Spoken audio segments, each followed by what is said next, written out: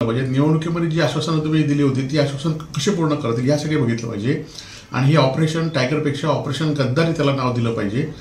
तुमच्यावर दबाव आणून पक्षात येण्यासाठी काही त्यांच्याकडून काही सांगणं होतंय का किंवा पक्ष असं काय ऑफर आले आहेत काय?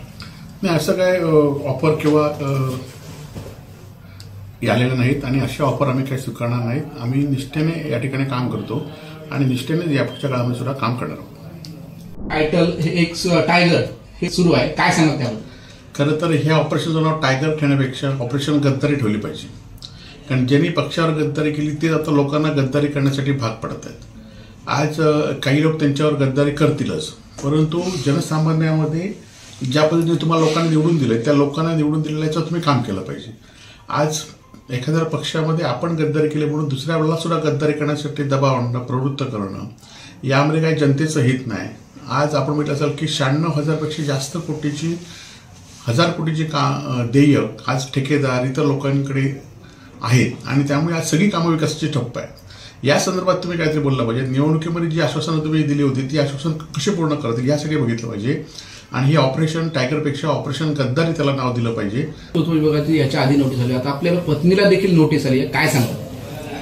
खरं तर गेल्या 2-3 वर्षापासून लाचलुचपत चौकशी माझी सुरू होती, त्यांना लागलेली माहिती मी वेळोवेळी देत आहे, परंतु आता पुन्हा एकदा त्यांनी मला कालच मला त्या पोस्टाने रजिस्टरद्वारे त्या नोटिसा मिळालेल्या आहेत मला आणि माझ्या पत्नीला।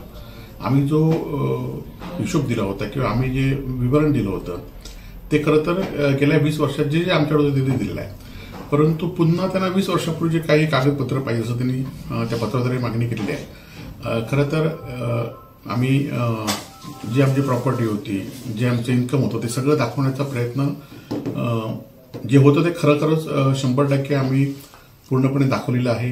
निवडणुकीच्या ह्याच्यात सुद्धा दाखवलेलं आहे प्रतिज्ञापत्रामध्ये। त्याचबरोबर इतर इन्कम टॅक्सच्या, सेल टॅक्स या सगळ्या आम्ही त्यांना कागदपत्र दाखवले आहेत, परंतु आता पुन्हा एकदा त्यांनी हे पाठवले आहेत। आमच्याकडनं जे जे शक्य असेल, जी माहिती शक्य असेल ती देऊ, परंतु 20 वर्षामध्ये आज कुठला खरं तर 20 वर्षांपासूनचे कागद किती जणांकडे उपलब्ध असतील ही पण माहिती या ठिकाणी खरोखर घेणं गरजेचं आहे।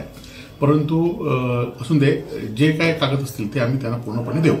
20 वर्षापूर्वी माहिती मागितलेली असं म्हणतात, कुठेतरी राजकीय दबाव असू शकतो असं वाटतं का? नाही, खरं तर आता निवडणुका झाल्यात तरी पण त्यांना आता राजकीय दबाव आणायचा असेल तर ते आणू शकतात। आम्ही लोकांच्या दरबारात सुद्धा गेलो होतो, तिथे पण ह्या भूमिका आम्ही सांगितलेल्या आहेत लोकांकडे आणि पुन्हा एकदा आम्ही त्यांना योग्य पाहिजे असेल ती माहिती त्यांना देऊ, परंतु दबाव किती आला तरी चुकीच्या पद्धतीने आम्ही दमणार नाही एवढं मात्र निश्चित आहे। तुमच्यावर दबाव आणून पक्षात येण्यासाठी काही त्यांच्याकडून काही सांगणं होतंय का किंवा पक्ष असं काय ऑफर आले आहेत काय? नाही, असं काय ऑफर किंवा आलेलं नाहीत आणि अशा ऑफर आम्ही काही स्वीकारणार नाहीत। आम्ही निष्ठेने या ठिकाणी काम करतो आणि निष्ठेने या पुढच्या काळामध्ये सुद्धा काम करणार आहोत। सर, याच्या आधी देखील बऱ्याच नेत्यांना अशा ईडीच्या किंवा अशा लाचलुचपतीच्या नोटीस आल्या, त्यांनी नंतर भाजपमध्ये प्रवेश केला, त्यानंतर त्यांचे ह्या नोटिसा आल्या नाहीयेत, त्याबद्दल काय सांगाल? नाही, हे आपणच बोलतोय म्हणून ठीक आहे की ज्यांनी सत्ताधारी पक्षामध्ये प्रवेश केला त्यांना नोटिसा थांबतात, परंतु आम्ही ज्या पद्धतीने ह्या दबाव किंवा नोटीस येऊन आम्ही काय कुठे जाणार नाही। आम्ही निष्ठेने आहे त्या ठिकाणी राहू।